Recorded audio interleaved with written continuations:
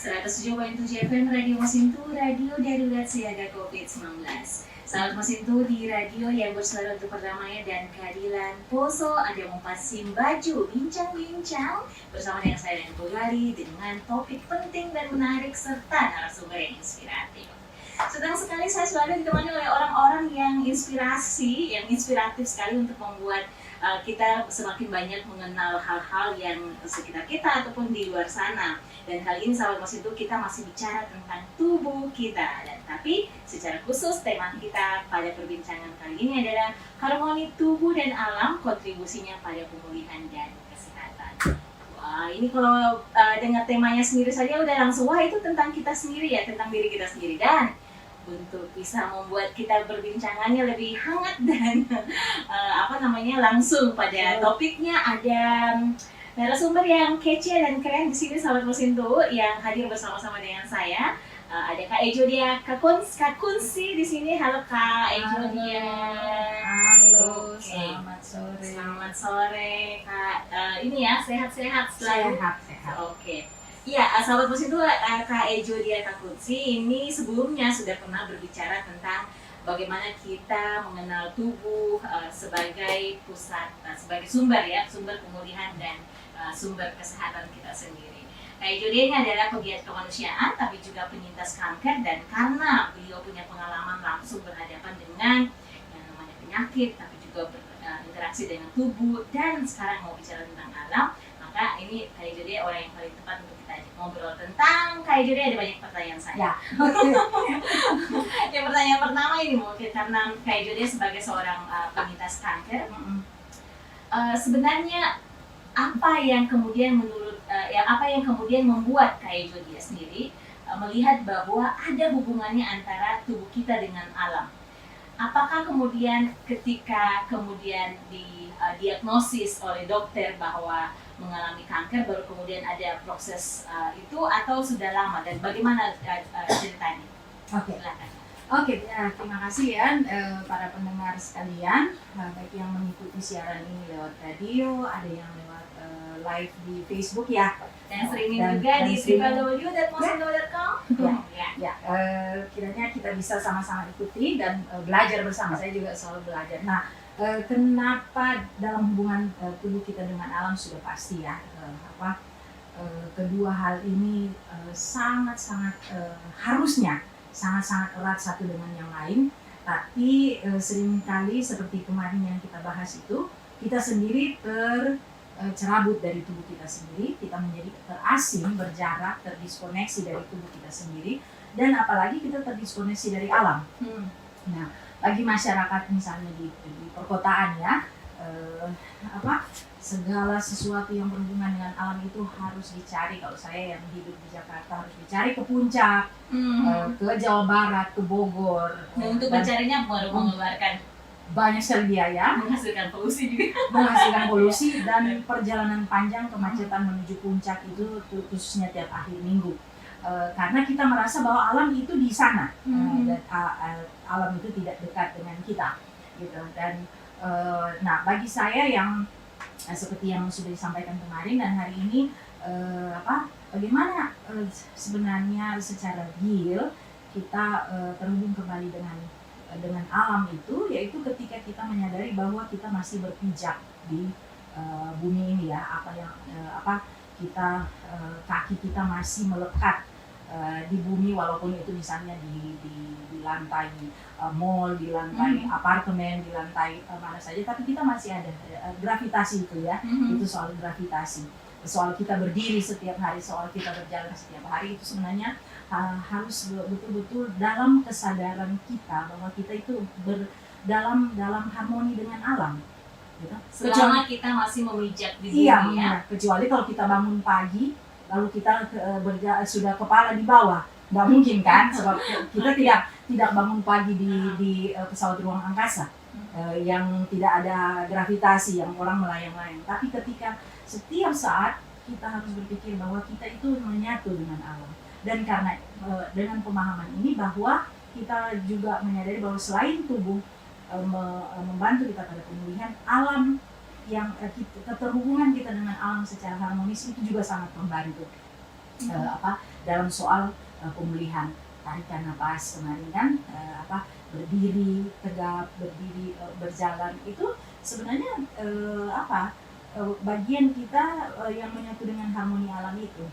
Gitu Nah ya. itu dia. Ini kalau kita bicara tentang, kita pasti akan menyatu dengan alam, Iya. atau menjadi bagian dari Iya. alam selama kita memijak di bumi. Iya, tapi itu kan Kalau- tidak karena terlalu rutin, orang Mhm. tidak menyadari Nah, bahwa itu itu dia. bagian dari harmoni alam. Jadi kayak udah Ah. dianggap biasa begitu Iya, ya. karena- Tapi apa yang memperparah, yang membuat kita kok kayaknya udah berjarak dengan alam? Itu tadi, karena kita tidak menyadari bahwa ini loh, tidak menyadari, artinya juga tidak mensyukuri bahwa saya bisa bangun dan berdiri dan berjalan dan bernapas gitu ya. Nah, tapi ketika kita mengalami suatu kondisi tertentu seperti kemarin ya, ketika berita misalnya didiagnosa kanker misalnya, itu dengan mudahnya kita tercabik, pikiran kita terlepas, kita mulai harus berusaha mencari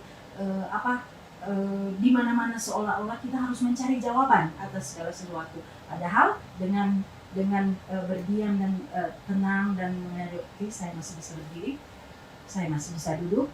Diagnosa itu datang lalu kita serap perlahan-lahan. Itu yang membuat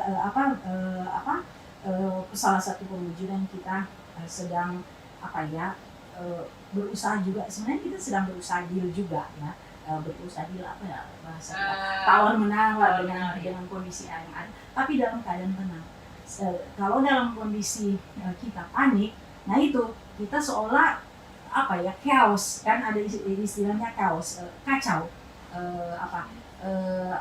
dalam istilahnya kosmik di sekeliling kita, bumi atau apa di sekeliling kita, seolah tunggang langgang, terbalik terputar. ya, seperti itu. Nah itu memperparah.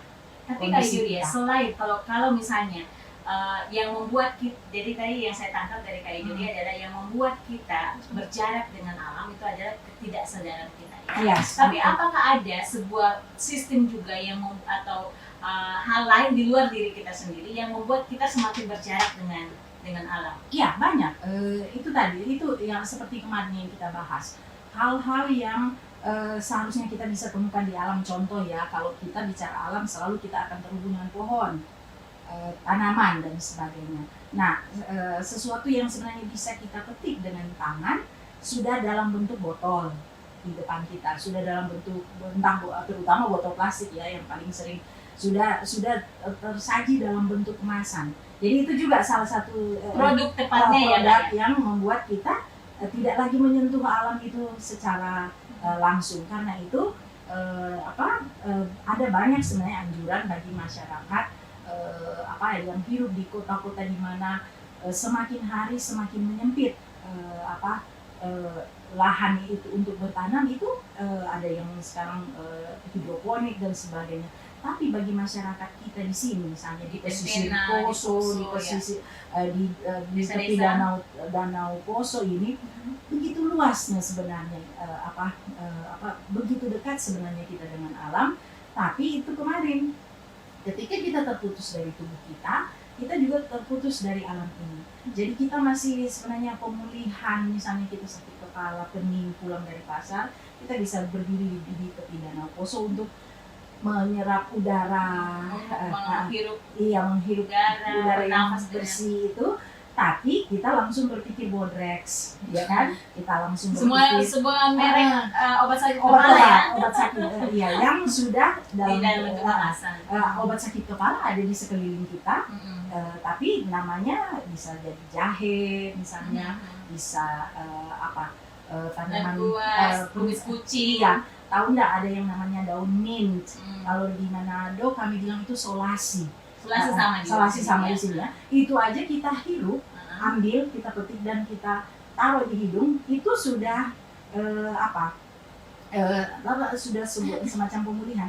Karena daun mint yang sama yang ada di Reumason, di Vicks Vaporub, yang kita sudah dalam bentuk Iya. bentuk kemasan. Ini Jadi kayak seperti itu. jadi ada dua yang saya tangkap kemudian. Satu yang menjauhkan kita dari alam, satu ketidaksadaran kita. Iya. Karena menganggap itu sudah biasa, padahal kita perlu sadar lagi. Yang kedua adalah produk. Tapi bicara tentang produk ini Kak, sistem berpikir seperti apa sebenarnya yang sedang tumbuh di masyarakat kita sekarang, termasuk nih sekarang di masyarakat pedesaan yang kemudian membuat mereka yang kaya dengan alam, jadi bawang merah, bawang putih ada semua, kubis kucing ada semua, kemangi ada semua di sekitar di halaman, tapi kemudian berpikir bahwa itu bukan bagian dari input kita. Apa Itu sebenarnya yang terjadi? pola pikir instan, cara berpikir instan. Jadi segala sesuatu tersaji di depan sudah jadi. Jadi saya baru cerita ke teman-teman yang lagi milih-milih bibit tanaman. Ada satu masa di suatu tempat, saya tidak mau menyebutkan di mana itu, para penyuluh pertanian itu sering membawa bibit-bibit, memperkenalkan bibit cabai, bibit terong kepada suatu masyarakat tertentu di tempat tertentu. Nah, mereka kemudian ada yang bertanya begini, Bapak kenapa sih selalu yang dibawa adalah bibit cabai, bibit terong, kenapa tidak bawa bibit mie instan? Mereka pikir di suatu desa itu, mereka pikir bahwa mie itu tumbuh juga sama dengan padahal dan waktu itu tahun berapa itu waktu mie instan mulai kan enak, dan apalagi MSG atau monosodium glutamate atau yang kita sering bilang vetsin itu kuat sekali di situ. Dan vetsin ini adiktif. Adiktif itu bikin kita ketagihan dan dia melekat di otak. Dan itu membuat orang merasa enak sekali itu, dan jadi dia pikir juga itu bertumbuh seperti ditanam tanaman gitu ya. lain. Nah, lalu orang mulai berpikir instan. Jadi salah satu contoh juga adalah kita ini punya ladang, punya halaman luas sebenarnya. Kalau saya orang Manado, pemakan cabai luar biasa. Tapi ada juga orang yang sebenarnya di halamannya itu bisa ditanami cabai, tapi dia beli cabai botol, sambal botol, cabai. Jadi dan proses itu, apalagi sudah sama-sama dengan plastik kemasannya, itu sudah meracuni sebenarnya tubuh kita, apalagi dikonsumsi terus-menerus. Nah itu, jadi sistem yang diperkenalkan kepada kita, sistem instan itu membuat segala sesuatu harus cepat, harus segera dikonsumsi. Tidak ada lagi gerak tubuh. Kan gerak tubuh memetik yang semakin kemarin kita sudah sempat singgung, memetik daun, menanam dan sebagainya, itu adalah gerak-gerak meditatif setiap hari yang menghasilkan buah, ya kan? Dan itu sebenarnya yang dibutuhkan dia sangat bermanfaat bagi pemulihan. Bukan hanya pemulihan kanker, tapi pemulihan misalnya kita sedang masalah keluarga atau kita sendiri sedang merasa tidak enak badan. Dengan kita bertanam, kita menggali, kita cabut tanaman rumput-rumput yang ada di sekitar tanaman utama, itu sudah tindakan menyatu kembali ke alam dan semua. Sebelum ke situ kayak Juni, sebelum ke soal bagaimana alam itu bisa membuat dengan tubuh kita bisa menjadi bagian dari proses pemulihan dan kesehatan. Apa dampaknya sih sebenarnya yang bisa dirinci begitu? Apa dampaknya ketika kita itu semakin jauh berjarak dengan alam, semakin menggunakan produk-produk produk-produk yang tadi disebutkan instan dan sebagainya buat tubuh kita sendiri dan bagi banyak orang. Dampaknya adalah pada kesehatan, sudah pasti. Dan kesehatan bukan hanya kesehatan fisik, tapi kesehatan mental juga. Bisa jelaskan kesehatan fisik? Kesehatan fisik bisa itu ya, yang kemarin seperti kanker,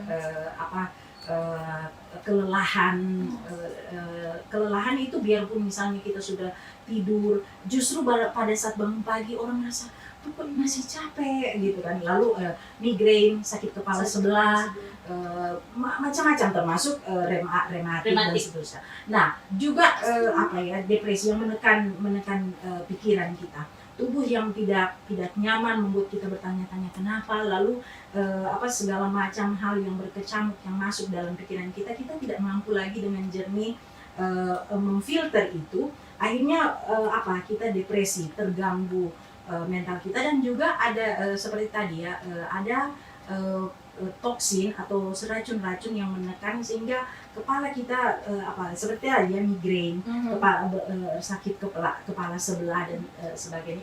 Itu salah satu bentuk di mana kita setiap hari terpapar Nah, produk-produk. ini menarik kalau kita terpapar. Jadi mungkin bisa diberikan salah satu contoh. Karena ini kan kita sudah menjadi konsumsi yang biasa gitu ya, makanan instan sekarang ya, namanya sambal botol, apa namanya, Semua serba dimasak. apa tuh kalau misalnya kita masak terus kita tahu, saya udah lupa namanya. Sapo, Iya, Pokoknya penyedap rasa. penyedap rasa, dengan segala macam mereknya. Dengan Itu kan udah biasa.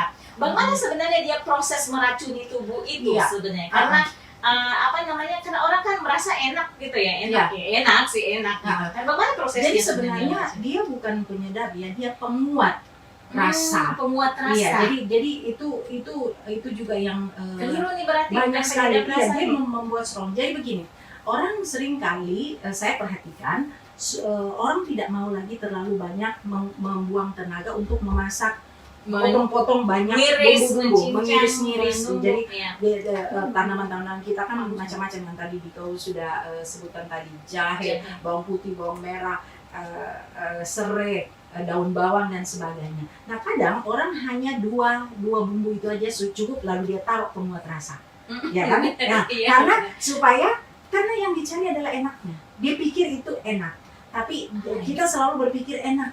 Tapi kita tidak pernah berpikir apakah enak itu bisa memberi membantu pada kesehatan. Tidak, kita hanya mencari enaknya. Dan kalau MSG monosodium glutamat yang ada di semua penyedap rasa ya, pokoknya sama itu. sama sih. Dia tinggal di otak. Oh. Dia di otak. Jadi itu yang kita bilang adiktif. Dia bikin kita ketagihan. Coba bayangkan. Contoh misalnya saya tahun berapa ya? Masih jauh lebih muda dari sekarang kan, kita senang ya dengan mie instan gitu kan. Lalu kita ada di negeri, saya ditugaskan di negeri di mana mie instan bukan makanan utama. Itu rindunya. Itu kan coba lihat iklan-iklan. Lagi di negeri yang jauh lalu disajikan mie instan yang begini lalu langsung surga begitu ya, langsung. Gitu. Nah, orang selalu berpikir sehat, tapi dia dia tinggal di dalam memori kita, dia tinggal di tubuh kita, dia tinggal di otak kita, dan akan membuat kita selalu craving mengidam rasa itu. Kalau saya ada yang selalu dominan pada saya adalah rasa ikan woku. Saya sudah bilang kemarin itu, ketika ada di negeri yang jauh yang tidak ada serai dan segala macam itu, saya rindunya makan ikan woku karena ada daun kunyitnya, ada daun jeruknya dan sebagainya. Sementara di negeri itu tidak ada. Jadi itu tapi itu semua ada di alam itu. Jadi itu contoh. Tapi ada obatnya, nanti sebentar saya. Tapi obatnya dari alam sebelum juga. obatnya ini, karena ini menarik sekali. Tertarik dengan kata Kak Ejo ya, soal penguat rasa. Sebenarnya dia disebut penguat rasanya, apa yang berbahaya dari kandungan itu? Yang karena gini kan, orang-orang kan malas juga membaca ya, yang di bagian belakang segala macam. Kalau kita membeli sambal botol atau kita membeli penyedap rasa kan, kita nggak akan sama sekali untuk melihat ini kandungannya apa kayak gitu. Apa sebenarnya kandungan? Misalnya penyedap rasa aja dulu Kak. Iya, itu tadi zat yang paling dominan itu monosodium. Apa itu monosodium glutamat gitu Kak? Kalau dibahasakan dalam bahasa sederhana, kemudian dia berbahaya begitu. Iya, jadi kalau itu bahasa kimianya sih. Jadi dia campuran, jadi karena dia namanya penguat, jadi kan misalnya kalau kita pakai bawang saja, bawang saja itu, dan misalnya orang berpikir dari harganya dan dari kerjanya, nggak mau banyak gitu kan. Jadi bawang putih, bawang merah gitu kan, dicampur. Orang cuma taruh sedikit, tapi sebenarnya kalau kita mau masuk itu butuh banyak sekali itu. Rempahnya banyak. Sementara zat kimia yang sudah jadi diolah ini, biar cuma secumput kecil begini saja dia sudah jadi kuat. Tapi itu yang powerful ya, rasanya yang dibikin powerful, tapi sudah lewat proses kimia yang cukup panjang dan berulang-ulang dan berulang-ulang. Ya? Nah, dibandingkan dengan yang dari alam, itu dibutuhkan misalnya 1 kilo misalnya. Yang nggak mungkin kan kita makan 1 kilo untuk untuk satu kali makan. Jadi itu orang secara instan ini aja lebih cepat. Ada tapi itu tadi yang saya bilang, proses kimiawi pabrikan yang berulang-ulang kan dia sudah melewati berbagai proses. Di situ ada aluminium sudah tercampur, di situ sudah ada merkuri sudah tercampur, dia sudah sampai merkuri ya macam-macam. Iya, sehingga ketika jadi kan orang kan tidak lihat prosesnya.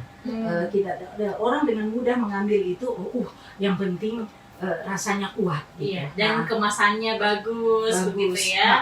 Lalu iklannya juga menjanjikan begitu ya. Lalu itulah yang kemudian dikonsumsi. Bayangkan saja, dan orang memang yang paling sering kena itu ya kita yang anak-anak kos, yang budget rendah. Iya, tapi bayangkanlah budget rendah itu kita harus bayar dengan biaya pengobatan yang sangat mahal. Padahal sebenarnya bisa itu ya. Makanan sehat justru tidak akan kemungkinan untuk kita keluarkan biaya lebih banyak itu kurang. Saya jadi ingat nih Kak, jadi pertama tadi kata kuncinya dari Kak Ejo dia itu seringkali kalau kita bicara tentang kita berjarak dengan tubuh, yang seringkali membuat kita berjarak dengan tubuh karena kata kuncinya keindahan. Nah sementara yang kadang-kadang yang membuat kita berjarak dengan alam karena kita sebenarnya lebih mengedepankan kata enak gitu ya. Padahal enak kita cuma di leher kan kayak di leher aja kita ngerasa kali telan tuh enak gitu di leher, tapi begitu masuk di perut itu udah kacau sebenarnya prosesnya. Nah, yang menarik nih Kak, kalau misalnya kita belajar dari pengalaman Kak Ejo sebagai penyintas kanker sendiri, apa saja sebenarnya yang kemudian diperlukan orang untuk kemudian mendekatkan diri kepada alam? Selain tadi kesadaran dan jadi saya merasa bahwa satu, kesadaran kita harus dibangkitkan ulang. Yang kedua, menghindari produk atau bagaimana? Ada yang hal yang sederhana yang bisa kita lakukan. Jadi dunia kita ada di banyak tempat. Kalau di wilayah-wilayah di sini sebenarnya masih banyak hal yang kita bisa lakukan ya. Kalau bagi masyarakat di perkotaan banyak hal memang yang kita sama sekali tidak bisa menghindar, yaitu misalnya polusi kendaraan. Walaupun di sini sudah saya singgung kemarin kan. Ini terlihat bagus, tapi ternyata air itu sudah terracuni dengan pupuk pestisida, herbisida, fungisida dan merkuri. Tapi banyak wilayah misalnya di kota seperti Palu atau di Poso yang dengan kepadatan dan dengan polusi kendaraan, belum lagi dengan mesin-mesin AC dan sebagainya. Nah, kita tidak bisa lagi banyak menghindar dari situ, tapi kita bisa menyiasati itu tadi tidak selalu. Jadi kalau kita di Jakarta saya sering ke pasar tradisional. Selain pasar tradisional itu kita membantu pedagang-pedagang membeli sayur-sayur dari mereka. Saya juga itu juga olahraga dan interaksi sosial. Nah, itu juga salah satu bentuk kesehatan mental ya. Kesehatan mental, olahraga. Lalu kalau kita di mall-mall besar dan seterusnya memang sudah terlihat rapi, bagus, bersih, tapi ya kita kan harganya kan tinggi. Kita bukan orang kaya, saya lebih memilih ke pasar tradisional karena itu interaksi tadi, dan sering-seringlah memakan produk-produk yang yang belum diolah, yang kita yang akan olah. Jadi kenapa saya ke pasar tradisional? Karena saya yang akan mengolah sendiri sayurnya, saya yang akan mengolah sendiri minumannya, dan seterusnya. Jadi sedapat mungkin kita mengolah sendiri sesuatu yang bisa kita makan. Apalagi bagi para pendengar yang ada di wilayah pertanian di sini ya, yang pertanian atau perikanan di seputar sini, itu luar biasa sebenarnya tawaran dari alam untuk kesehatan kita. Dan sementara kami di kota besar harus di istilah mereka petik di pasar, kita di sini kan petik di halaman rumah gitu.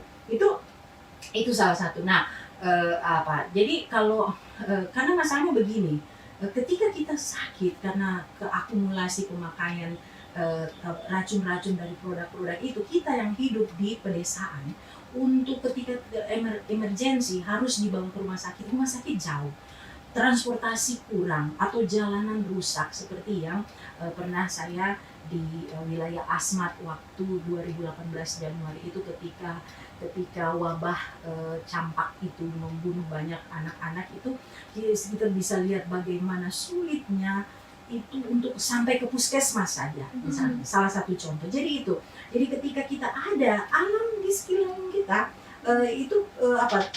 kita disehatkan oleh kesadaran itu dan oleh alam yang ada di sekitar kita, sehingga ketika kita merasa ada, bukan berarti kita tidak akan sakit, tapi itu mengurangi risiko-risiko itu. Kita juga sadar bahwa oh iya, sistem ini kita misalnya tidak semua orang punya akses ke rumah sakit atau puskesmas, tapi dia punya akses ke apotek hidup di belakang rumahnya. Nah, masalahnya itu juga tadi, banyak sekarang saya perhatikan khususnya ibu-ibu, saya perhatikan ini suka sekali dengan tanaman yang tadi dibilang supaya terlihat indah dan cantik saja. Bunga. Dibilang bunga. Oh, ini bunga, sampai ada diperlombakan dan sebagainya. Tapi apakah itu menyehatkan? Dan apakah itu berguna buat kesehatan? Gitu? Memang dia indah ya, bagus ya. Itu juga bagus ya, karena kita lihat ada yang hijau-hijau di situ. Tapi ada sebenarnya yang tumbuh di saya sering ada di rumah, saya juga di balkon saya yang hanya sebesar dahi itu ada tumbuh di antara sela-sela bunga itu ada tanaman yang kita bilang kalau di Manado itu daun sosoro. Dan Jadi daun itu ini kalau bahasa kimianya bahasa biologinya itu nettle kayaknya. Dia kalau tanaman itu dia kalau kita sentuh gatal-gatal kita. Bengkak gitu jadi merah. Itu kalau orang Manado itu tahu sekali itu sosoro itu atau apa. Itu namanya nettle leaf. Dan itu salah satu yang dibikin teh untuk mencuci kita dari toksin merkuri atau itu tadi herbisida, fungisida. Jadi dia ada di situ. Nah, kalau dia punya famili yang hampir sama tapi tidak berduri dan tidak bikin gatal, itu yang kemarin saya bilang nilam ya. Kak Ijo dia ini sekalian nih karena saya menangkap bahwa kita sedang membicarakan bagaimana kita menggali potensi alam yang ada di sekitar kita untuk menjadi sumber obat-obatan alternatif. Kalau misalnya ya, kalau Kak Ijo dia punya lahan selebar dahi, kita di sini besar kayak gitu, paling tidak Kak Ijo dia, menurut Kak Ijo dia yang bisa disarankan buat mereka yang punya rumah dengan halaman. Apa yang paling penting untuk kemudian ditanam sebagai alternatif? Alternatif itu untuk obat apa? Ya, itu tadi. Misalnya jahe. Jahe itu sangat powerful untuk segala macam model. Termasuk namanya dibilang jahe itu mengandung istilahnya anti-inflamasi, anti pembengkakan. Dan dia bisa membuat kita mengobati kita dari rasa nyeri. Nah, kita kan sering merasa sakit di sendi-sendi, nyeri di bagian-bagian tertentu otot dan seterusnya. Jahe anti-inflamasi, jahe, bawang putih, bawang merah itu anti-inflamasi. Nah, dia ada di sini. Lalu yang sering yang ada di kita itu, saya kalau khususnya di masyarakat Sulawesi Tengah dan Sulawesi Selatan kayaknya itu dan Sulawesi Tenggara kayaknya tidak bisa makan tanpa ada jeruk. Ya, lemon nipis kan. Nah, lemon nipis itu tanam di rumah kita. Karena apa? Setiap hari air kita bisa saja sudah terkontaminasi, tapi campur dengan jeruk. Jeruk itu akan membuat air itu istilahnya air itu hidup kembali. Dan itu kan ada di sekeliling kita. Kalau di Manado banyak lemon cuy. Lemon cuy, lalu untuk ikan, tapi itu taruh itu sebagai karena itu tadi ya, banyak hal yang kita tidak bisa menghindar, kita sudah kena. Tapi kita juga harus dengan pola hidup seperti itu, selalu ada jeruk, selalu ada dabu-dabu. Dabu-dabu taruh jeruk. Jadi begini, campuran antara tomat, cabai, bawang, dan jeruk itu perasan jeruk Iya. itu tinggi sekali vitamin C-nya. Ah, Terutama sekarang yang kita sedang berusaha menangkal diri kita dari serangan COVID-19. ah, Vitamin C kan yang dibutuhkan. Nah, kita selalu menganggap bahwa kita tanpa sadar, jadi mulai sekarang sambil makan dabu-dabu. Dulu kan kita selalu makan dabu-dabu, tapi kan kita selalu berpikir ini enak, tapi kita merubah mindset kita, bukan hanya enak, sehat. Sehat. Gitu. Ya, Nah, ya, kemudian ya. Penting. selain itu cucumber itu Cucumber ketimun, itu, ketimun. Ketimun. Ya, Ya, benar.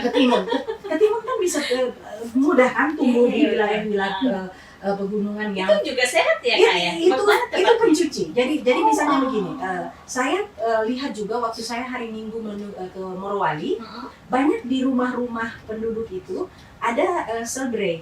Seledri. Orang Manado bilang soldre. Seledri itu, tapi sayang sekali saya lihat beberapa, seledri itu seolah-olah menjadi termarginalkan Oh. dibandingkan dengan tanaman hias yang lagi tren itu sekarang. Oh, iya. Padahal justru itu yang bisa membantu pada orang dengan diabetes. Jadi- Bagaimana tepatnya menggunakannya? Iya, jadi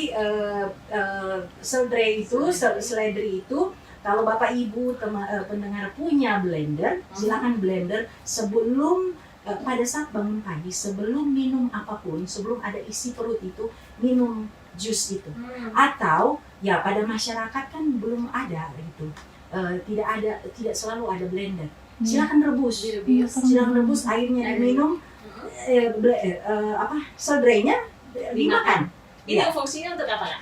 Dia mencuci detox, dia mendetoksifikasi, dia mencuci racun, tapi juga dia meregulasi. Kemarin saya sempat menyebut tentang kelenjar adrenalin yang ada di belakang perut. Maksudnya belakang perut itu di dalam ya, di organ dalam perut kita, di belakang. Dia yang meregulasi pankreas, Regulasi itu maksudnya apa? dia yang mengatur pankreas. Dia Alurnya ya? pankreas itu kan yang salah satu fungsinya mengatur gula. Hmm. Gula itu pankreas akan mengeluarkan insulin yang dibutuhkan oleh tubuh manusia untuk membuat netral gula sebelum gula itu ke glukosa itu ke darah. Nah, kalau adrenalin terganggu, pankreas terganggu, akhirnya insulin itu tidak mau keluar. Nah, akhirnya gula itu ke darah lalu naik dia. Itu yang menyebabkan orang mendapat diabetes. Ada diabetes tipe 2, ada diabetes tipe 1. Nah, ini baik diabetes apapun itu dia setiap hari. Yang penting itu disiplin. Ya. Disiplin minum seledri. Nah, kalau ada ketimun di rumah siang hari, misalnya sore atau sesudah makan siang gitu, blender juga ketimun itu dengan seledri itu. Kalau cuma makan juga bisa ya? Saya jadi para pendengar sekalian, saya tidak berbicara berdasarkan sesuatu yang tidak jelas ya, dan tidak jelas. Dia bilang, dia kan bukan dokter, dia bukan ahli gizi, tapi Bapak Ibu kita bisa membaca. Nah, saya itu yang saya bilang kemarin, sebelum ketika mulai berobat, saya selalu membaca begitu banyak referensi. Masalah di kita adalah kita kurang membaca. Tapi kalau kita banyak membaca, inilah saya share. Jadi ada di depan saya ini buku yang sangat berguna sekali dari kesehatan. Bahasa Yang- Inggris nanti. Iya. Jadi biar Kak Ijo dia yang menerjemahkan. Iya, gitu ya. jadi karena ya saya dikaruniai keterampilan berbahasa dan saya bisa membaca itu. Karena itu saya membaca banyak referensi yang dalam bahasa asing, kemudian saya sampaikan ini. Kenapa saya membaca buku? Karena kadang-kadang di internet tidak selalu sumbernya jelas. Dan tidak selalu benar ya. Nah, kalau membaca buku itu memang referensinya jelas. Lalu ada diakui secara internasional, tidak hanya. Jadi misalnya mungkin ada pendengar di antara pendengar misalnya dokter, ahli gizi dan sebagainya, ya kan. Jadi kita bisa sama-sama berdiskusi dan belilah buku-buku untuk membaca, untuk menambah referensi kita. Jadi kita tidak perlu menjadi seorang ahli, misalnya ahli bedah untuk mengetahui tubuh saya sendiri. Saya ingin mengetahui tubuh saya sendiri, ya saya belajar dari cara ini. Jadi itu tadi kan jadi mudah sekali sebenarnya kan, ada di alam. Ini menarik ini Kak. Jadi saya mau ulang nih. Kalau kan kita tadi sedang mendiskusikan apa aja sih sebenarnya yang paling tidak bisa memulihkan kita, mencegah bahkan ya sebelum terjadi penyakit yang bisa kita tanam ya di halaman rumah, jahe, bawang merah, bawang putih, kunyit, cabe, dabu-dabu, ketimun, seledri. Nah menarik bagi saya seledri ini karena biasanya seledri, terus kemangi, dan jahe itu dia hanya dilekatkan di makanan sebagai penyedap.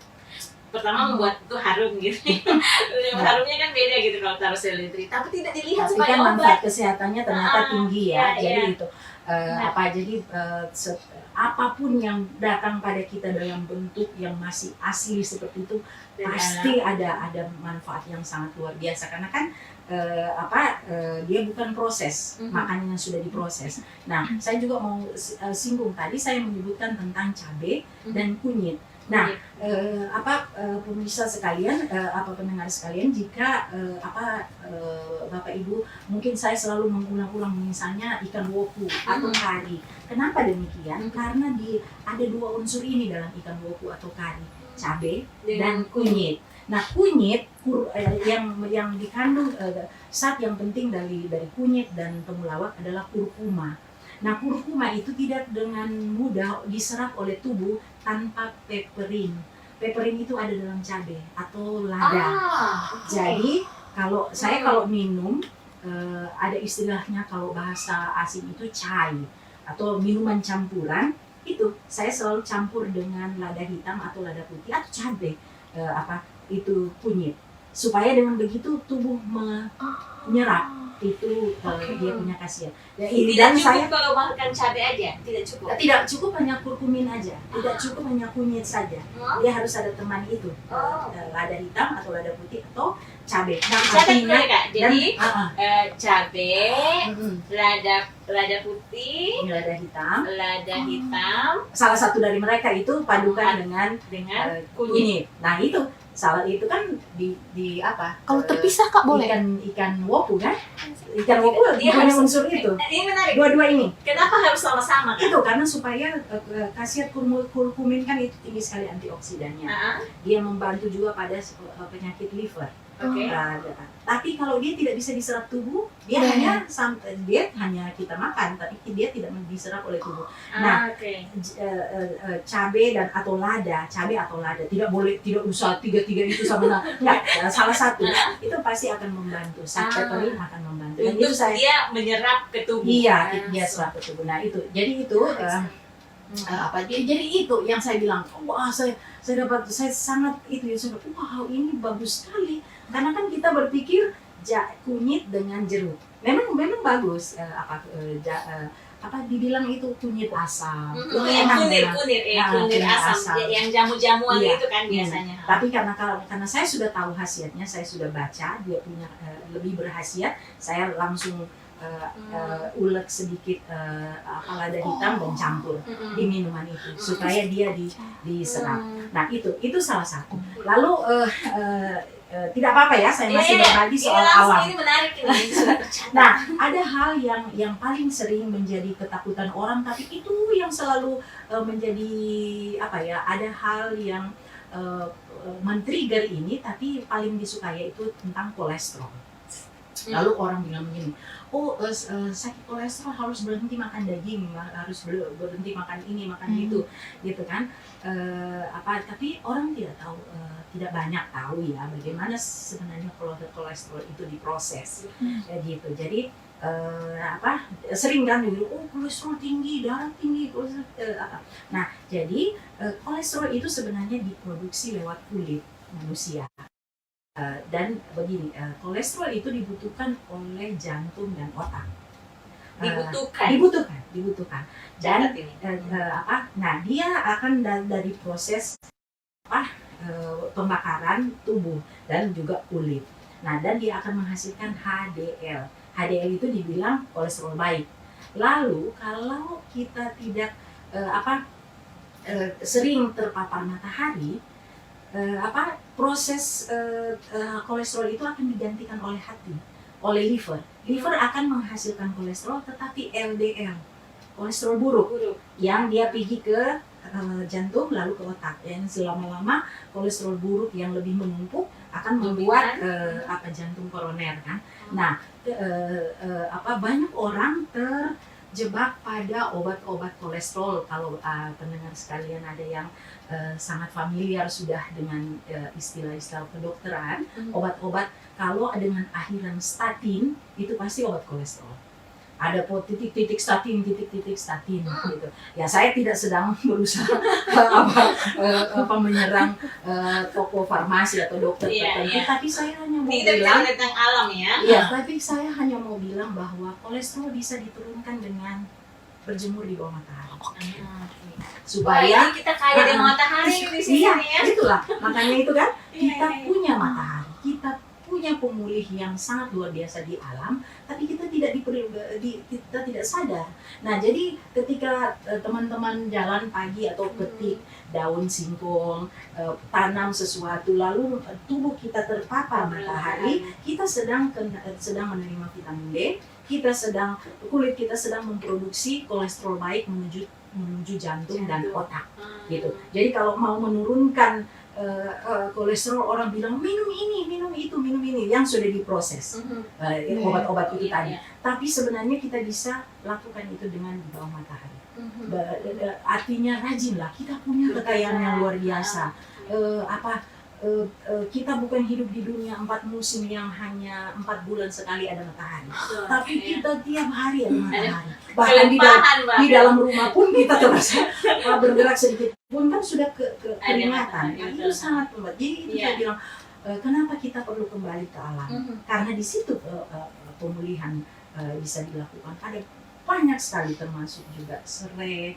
Nah, waktu saya kemoterapi, nah ini share lagi tentang jadi itu tadi kan, obat kemoterapi, obat kanker itu yang diberikan dengan cara kemoterapi itu cara kerjanya adalah dia menyerang sel kanker, dan sel kanker itu kan hidup di darah, di pembuluh darah. Dia menyerang, dia tidak diberi alamat, dia hantam semua. Jadi termasuk sel-sel darah yang baik itu kan diserang. Itulah sebabnya kenapa rambut rontok. Karena kan dia mati, sel-selnya mati, sel-sel di ujung-ujungnya. Pokoknya banyak sel-sel termasuk di ujung. Jadi itu efek dari obat kanker itu, dia dia mematikan sel-sel yang ada di ujung-ujung, di kulit kepala, di kulit-kulit kita, di ujung-ujung jari dan ujung jari kaki dan ujung jari tangan.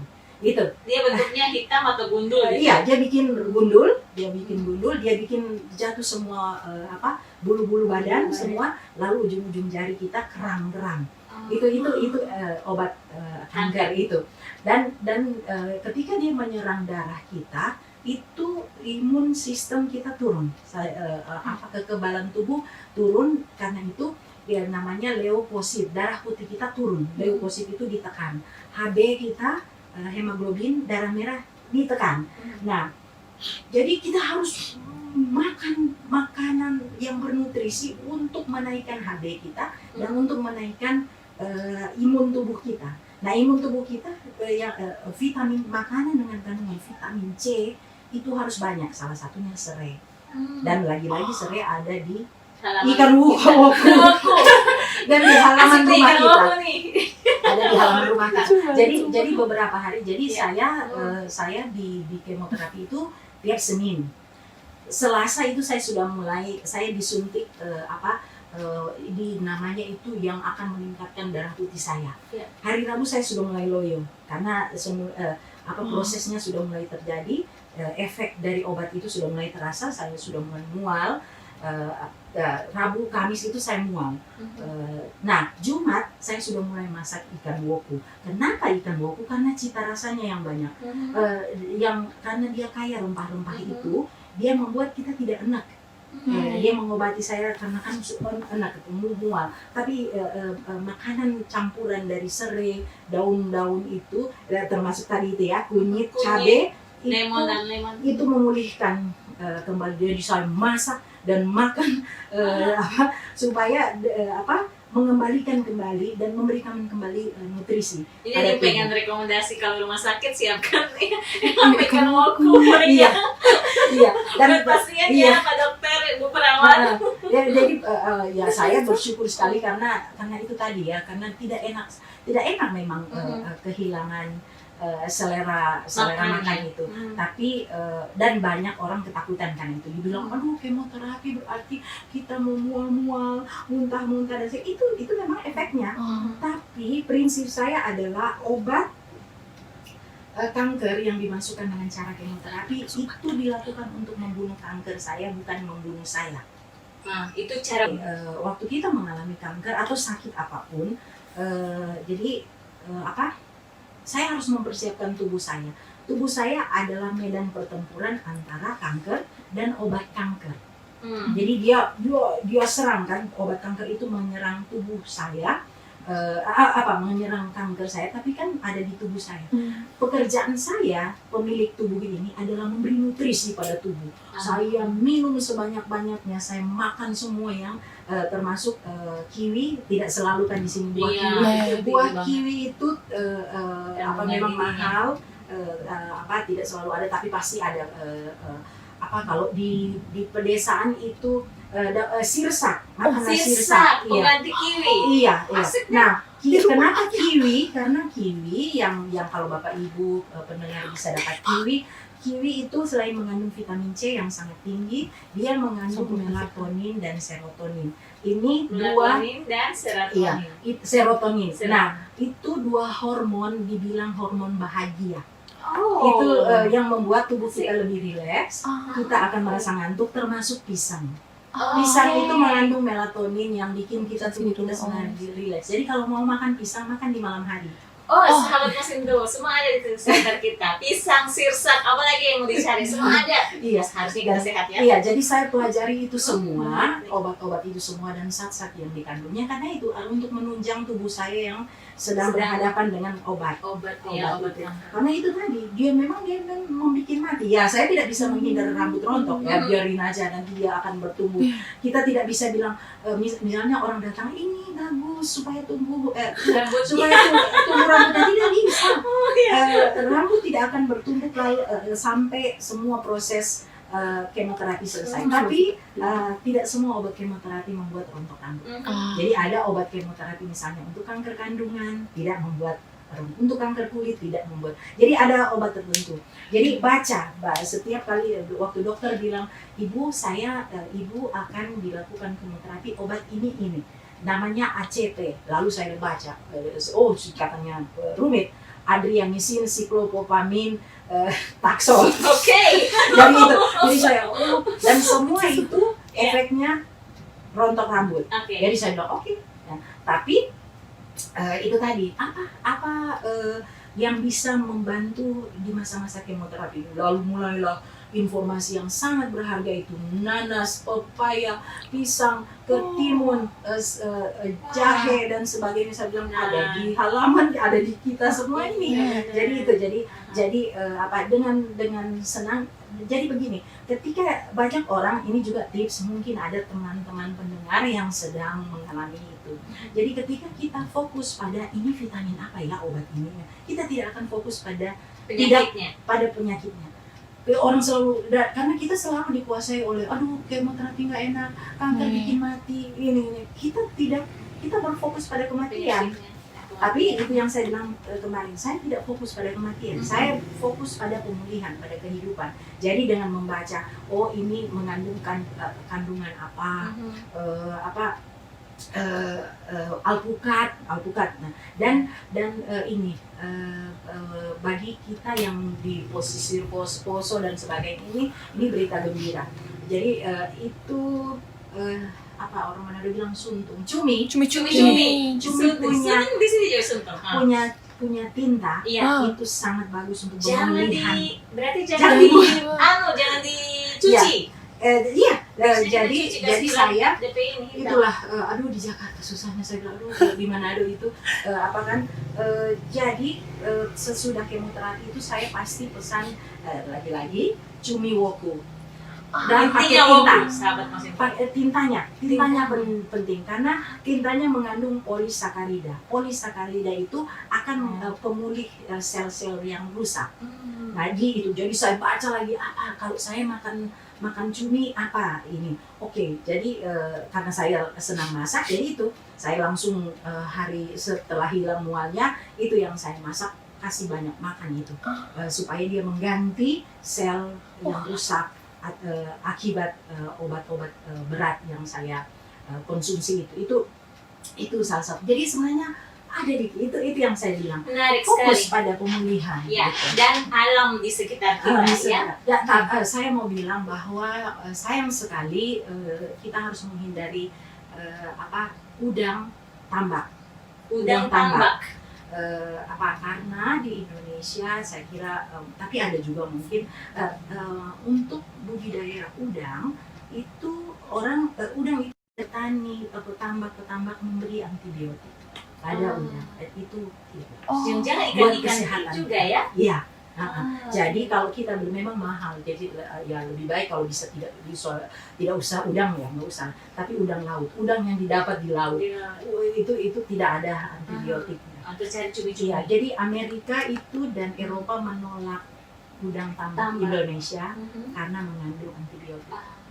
Nah, bicara tentang antibiotik ini Kak Ejo dia, karena ini pertanyaan terakhir berkaitan dengan banyak sekali saran terkait dengan ini udah jahe, bawang putih dan segala macam.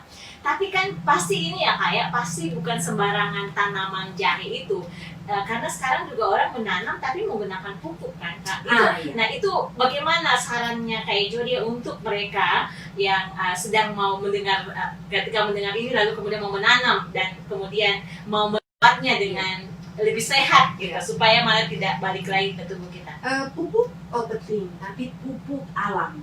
Ya, tapi pupuk yang sudah diproduksi memakai bahan-bahan kimia itu justru lebih banyak yang tidak baiknya ya. Seperti tadi itu yang saya bilang herbisida, fungisida, insektisida dan segala macam itu sudah banyak sekali yang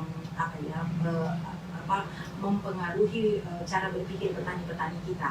Iya. Dan Karena kami produksi massal kan. Iya, Kak, ya. produksi massal. Nah, jadinya itu. Nah, kalau Bapak Ibu pendengar ada di wilayah-wilayah pedesaan, tanamlah gitu. Organik itu tanaman organik atau tidak ada pupuk yang tidak ada pupuk itu wujudnya tidak tidak semulus-mulus buat tomat misalnya yang pakai. Tapi justru dia itu tadi, jangan lihat bentuknya yang indah dan bagus. Atau daunnya yang kadang-kadang kan dia sobek-sobek karena banyak ulat. Itu justru lebih sehat ya Kak ya. Justru itu sehat kan itu. Nah, dan kita diberikan kemampuan berpikir. Ada banyak justru orang petani juga yang kemudian dia mengkreasi sendiri, misalnya insektisida atau pestisida pembunuh hama tapi yang organik, misalnya campuran cabai dan apa. Saya pernah baca di Kompas itu campuran cabai yang bisa membunuh hama dan sama sekali tidak ada unsur kimianya. Nah itu, jadi kita harus semakin kreatif. Kreativitas yang selalu dilatih itu juga adalah salah satu bentuk itu olahraga mental tubuh kita. Nah jadi tapi kalaupun kita seperti tadi ya tidak bisa menghindar semua itu, cucilah berulang-ulang. Cuci tomat, cuci jeruk itu yang kita tidak tahu dari mana kita beli di pasar, tapi cuci berulang-ulang, cuci. Saya malah sering kali itu spons atau kain yang biasa pakai untuk cuci piring kan ada kain itu saya malah pakai untuk cuci buah. Karena ya itu tadi saya bilang saya tidak bisa mengingat, dan yang tips yang saya berikan tadi, selalu minum jeruk, air jeruk, taruhlah jeruk itu campur di minuman, seledri, ketimun. Iya, Udah apa nih? ketimun dan seledri, atau pepaya dan seledri. Pepaya sangat bagus sekali, sangat powerful dia punya, dan kita ada di sekeliling. Nah, dan jangan orang revolusi buah-buah asing yang betul. diimpor itu. Apel itu kesannya Iya. Iya. lebih lebih dicari orang, padahal pisang lebih Iya, ini ya. ada di sekeliling Pisang kita maksudnya. Jadi jadi tanaman-tanaman lokal akhirnya seolah termarginalkan, terpinggirkan karena ini apel bergengsi, ya kan? biasanya gitu Iya, orang-orang apel perlu. karena dari kota. Iya, apel kita butuh tapi jadi saya makan apel bukan karena untuk gengsi, tapi untuk kesehatan. Iya, dan kalau Bapak Ibu di wilayah-wilayah pedesaan tidak ada apel, tidak akan mati. Tapi Bapak Ibu punya sirsak, kita punya Pisang kelapa, paling banyak. kita punya kelapa. Air kelapa itu paling bersih dunia, Ah, seluruh steril, paling steril. bener ya. Iya, minum air kelapa, minuman. Nah, ada yang sekali ini tips yang saya baca mengenai diabetes ya di buku ini. Orang banyak sekali kesalahan. Orang bilang, kalau diabetes berhenti makan buah-buah, hanya bisa buah tertentu karena manis. Hanya gula yang dihasilkan oleh buah yang aman untuk diabetes. Tapi kalau gula dalam bentuk gula meja, gula yang putih. ditabur Iya, sudah diproduk gitu, ya, sudah dalam diproses itu tidak baik lagi. Lalu dibilang segala bentuk karbohidrat harus tidak boleh. Buah-buah mengandung banyak karbohidrat. Nah, kalau kita sudah pada orang diabetes, lalu dia sudah berpantang semua itu, pasti akan ada di saat tertentu dia drop sekali gulanya. Dan itu tidak baik. Jadi gula dari 200 sekian, tiba-tiba dia drop ke 70, itu tidak bagus. Karena apa? Karena disuruh berhenti makan semua buah. Sementara gula pada dari buah itu membantu menjaga energi tetap stabil, gula darah itu tetap stabil. Jadi saya pernah hari Minggu saya bertemu dengan seorang ibu, dia bilang diabetes. Saya tanya, ibu disuruh makan apa buah-buah? Oh, hanya satu buah dia yang boleh katanya dia makan. Saya bilang, aduh, saya apa gitu ya, karena banyak orang tidak tahu ya, dan langsung menerima itu. Lalu orang langsung memusuhi, bilang diet karbo, diet ini, diet itu. Padahal yang menyebabkan penyakit diabetes bukan hanya gula, tapi lemak. Karena gula itu sangat dibutuhkan oleh tubuh. Nah, kalau kita makan sesuatu ayam panggang dengan kecap manis dan terus berulang, itu paduan gula dan lemak. Nah, dua ini dan paling berat memengaruhi yang menyebabkan penyakit gula adalah lemaknya. Jadi ketika kita kemudian berpantang semua yang menghasilkan glukosa, kita drop, kita bisa drop. Tapi yang paling penting fatnya dikurangi, lemaknya dikurangi. Gula itu harus tetap ada, tapi dari buah-buahan. Dari buah-buahan, sehingga dia alami. Sekali lagi dia proses pemulihan itu justru buah dari gula rasa manis dari jeruk. Nah, saya orang yang gula darah rendah. Saya cuma 70. Salah satu obat ketika saya sudah mulai gemetaran karena gula darah itu jeruk manis itu saya kunyah untuk mengembalikan energi, karena energi yang dihasilkannya. Jadi tidak semua sama sekali buah dan sayur tidak membunuh kita, kecuali tidak memusuhi kita dan tidak membunuh kita, kecuali kalau kita tidak cuci dengan bersih. Kalau dia adalah dari pupuk kimia gitu ya. Jadi sahabat Mas Intu, ini menarik sekali. Ini ada banyak sekali inspirasi yang kita bisa dapatkan, dan itu kita bisa ciptakan sendiri sekali lagi ya. Jadi bisa kita tanam sendiri. Sekarang yang kata kunci yang menarik tadi itu adalah bahwa ini bukan hanya untuk dalam rangka enak, tapi juga yang paling penting adalah sehat, dan bahwa yang membuat kita sehat itu ada di sekitar kita. Yang penting diproses dan ditanam dengan cara yang sehat juga. Gitu. Kak Jody, ini percakapan yang menarik, 1 jam bersama-sama dengan Kak Jody dengan inspirasi yang menarik, dan saya yakin semua akan bisa kita lakukan dalam kehidupan kita sehari-hari. Oke, Kak Jody, closing statementnya untuk ajakan buat pendengar sahabat Radio Mosintu untuk kemudian bisa harmoni antara tubuh dengan alam supaya bisa memulihkan dan menjadi lebih sehat. Silakan. Jadi sebelum terlambat, artinya sebelum terlambat dalam arti begini, kita lebih harus pada posisi selalu tindakan pencegahan daripada pengobatan. Saya tahun lalu itu pengobatan itu tidak murah, pengobatan kanker tidak pernah murah, selalu mahal dan butuh waktu, butuh kesabaran, butuh mental yang kuat. Nah, kalau kita bukan karena saya katakan bukan karena saya menganggap bahwa orang tidak ada uang tidak akan sembuh. Orang tidak punya jaminan finansial yang cukup bisa sembuh. Tapi kalau kita sudah terpapar sakit itu biasanya jalannya panjang dan banyak orang yang akhirnya berhenti pasrah. Biar aja deh, saya tidak punya uang, saya tidak punya ini, tidak punya itu. Jadi agar jangan sampai kita berpikir seperti itu, cegah aja dari awal. Cegah aja dari awal dengan bukalah pintu-pintu jendela, pintu-pintu rumah kita dan lihat di luar, oh ada pisang, ada sirsak, ada apa lagi yang sering kita temui, ada pepaya, atau ada ruang yang dimana hanya tumbuh rumput-rumput. Di situ bisa kita tanam.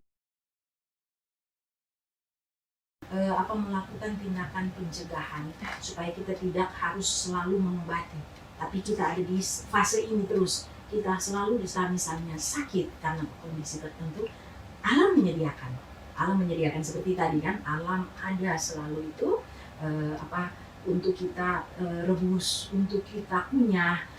Kalau kita hidup di alam yang bersih, saya ambil aja sambil lewat di belakang rumah, saya petik daun jeruk, saya kunyah, itu sudah sebuah tindakan kita akrab dengan alam dan perlahan-lahan kita mengobati kegelisahan, mengobati sakit kepala dan seterusnya. Jadi semua ada di alam. Tepuk tangan. Kak Judith, terima kasih sekali untuk inspirasinya di hari ini agar kita bisa harmoni antara tubuh dengan alam. Sahabat Mosinto, sekarang kita bersama-sama ini sekarang sudah mendengarkan, sekarang tinggal dikembalikan ke kita untuk kemudian memulainya dari tubuh sendiri, dari halaman rumah sendiri, dan jangan lupa mengajak orang yang ada di sekitar kita. Terima kasih sekali lagi Kak Judith untuk kebersamaannya dan juga inspirasinya. Sahabat Mosinto, demikian percakapan saya Dian Gugari di Mompasim Baju, bincang-bincang dengan topik yang menarik dan penting serta bersama dengan narasumber inspiratif, kali ini bersama dengan Kak Ejo Diaka Kunsi. Terima kasih banyak untuk kebersamaan sahabat Mosinto. Saya Dian Gugari pamit mundur. Ohayo, Pak Karoso.